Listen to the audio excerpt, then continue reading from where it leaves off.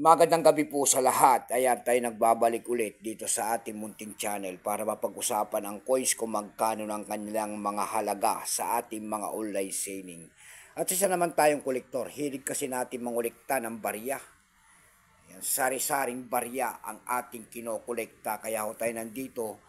Nagpe-presyo po. Titignan natin ang kanilang mga presyo sa ating mga online selling. Ayan.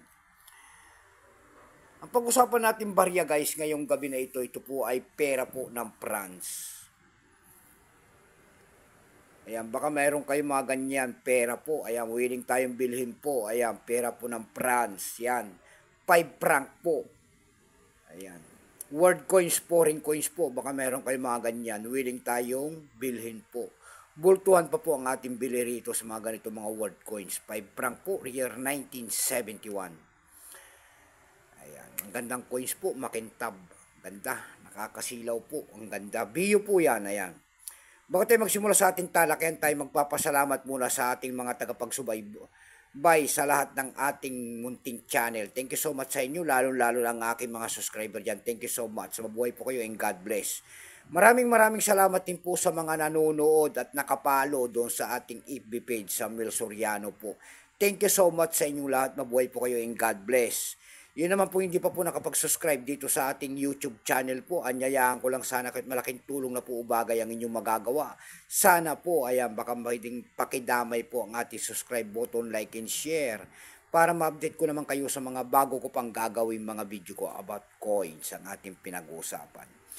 Ito po ang pag-usapan natin ngayon. Tignan natin ang kanyang presyo po kung magkano ang kanyang halaga sa ating mga platform o bintahan ng mga coins pandaigdigan. Pero bago yan, kilalanin mo muna natin siya. Issue po nito ay France.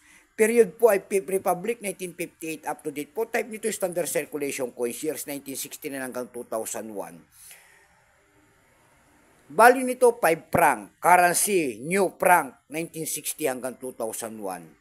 Composition yan, kung anong ginamit po na materialis dyan sa hawak natin barya niyan, yan po ay nickel plated copper nickel. Ayan. May bigat lamang itong 10 grams, may habang 29 mm. May kapal po naman itong 2.9 mm. Hugis po bilog, orientation ay coin alignment. Itinigil naman ang paggamit sa barya na ito ng France noong February 17, 2002. Number N-8, reference number KMF-341.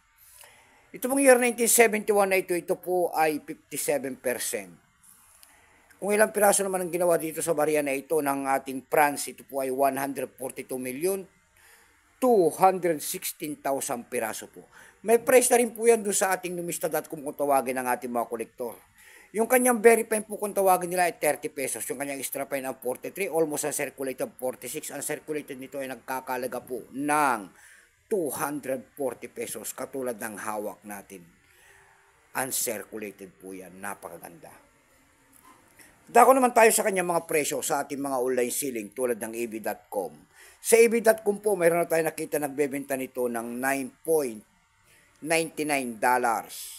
Meron na rin tayo nakita doon na $9.75. Meron na rin tayo nakita doon na $4.75. Yung pinakamababa po na nakita natin doon ay $3.95. Dako tayo sa Carousel PH. Sa Carousel PH naman po, meron tayo nakita nagbebenta doon ng 100 pesos. Nasundan po yan ng 90 pesos. Yung pinakamababa po ay 79 pesos.